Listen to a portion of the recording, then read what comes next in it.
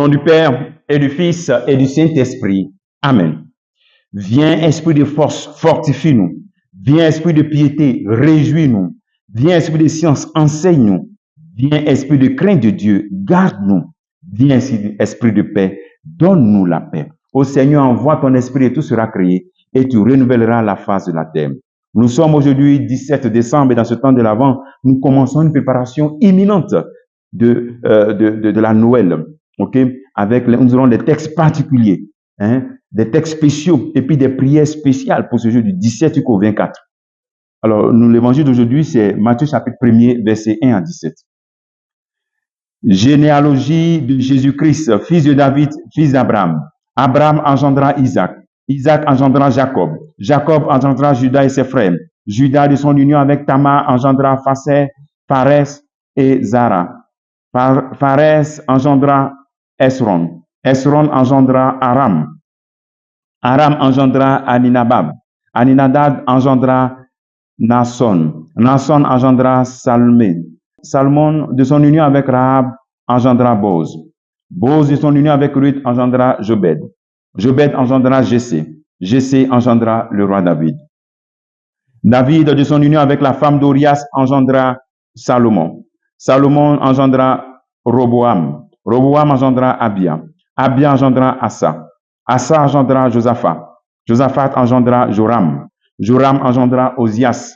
Ozias engendra Joatan. Joatan engendra Akaz. Akaz engendra Ézéchias. Ézéchias engendra Manassé.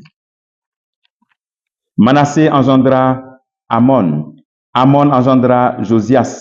Josias engendra Jéconias et ses frères à l'époque de l'exil à Babylone. Après l'exil à Babylone, Jéconias engendra Salatiel. Salatiel engendra Zorobabel. Zorobabel engendra Abium. Abium engendra Eliakim. Eliakim engendra Azoz. Azor engendra Sadok. Sadok engendra Akim. Akim engendra Eliud. Eliud engendra Éléazar. Éléazar engendra Matan. Matan engendra Jacob. Jacob engendra Joseph, l'époux de Marie, de laquelle fut engendré Jésus, que l'on appelle Christ.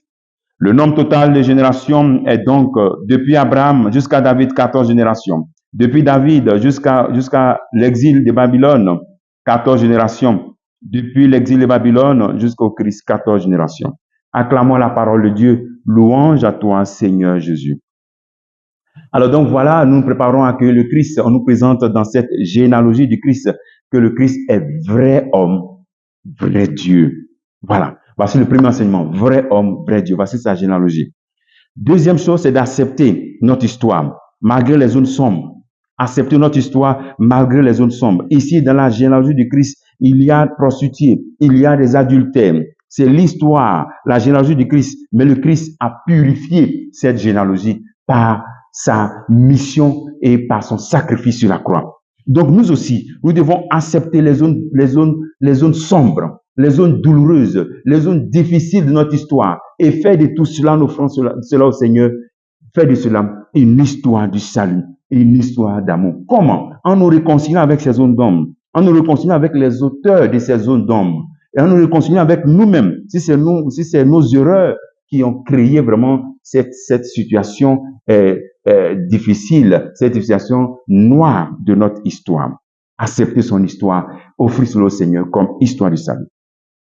Deuxième appel, changer sa généalogie, son arbre généalogique. Nous pouvons changer notre arbre généalogique.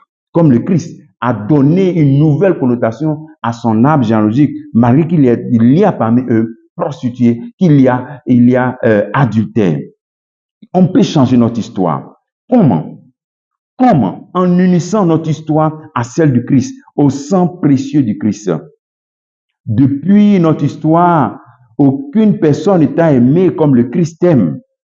Souvent, dans notre généalogie, on dit, chez nous, les femmes ne se marient pas. Chez nous, les gens ne dépassent pas la terminale. Chez nous, les gens ne dépassent pas CM2. Chez nous, les gens meurent à 18 ans. Dans notre généalogie, c'est comme ça. Depuis, c'est toujours comme ça. Maintenant, par toi, ça peut changer.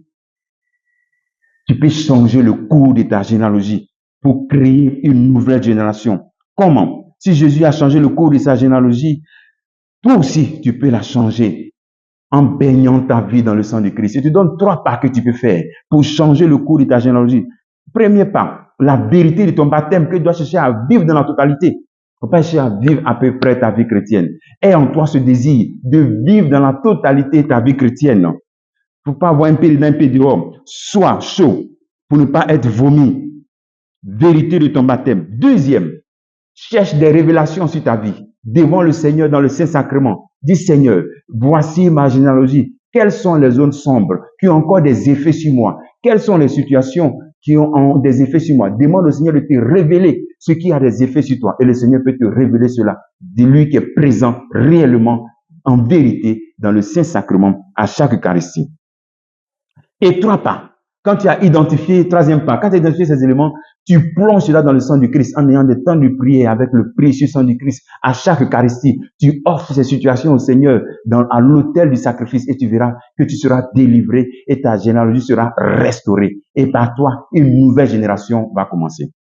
Comme travail que tu peux faire aujourd'hui, c'est de bénir Dieu pour ta famille, de bénir Dieu pour ta généalogie. Que le Seigneur te bénisse au nom du Père et du Fils et du Saint-Esprit.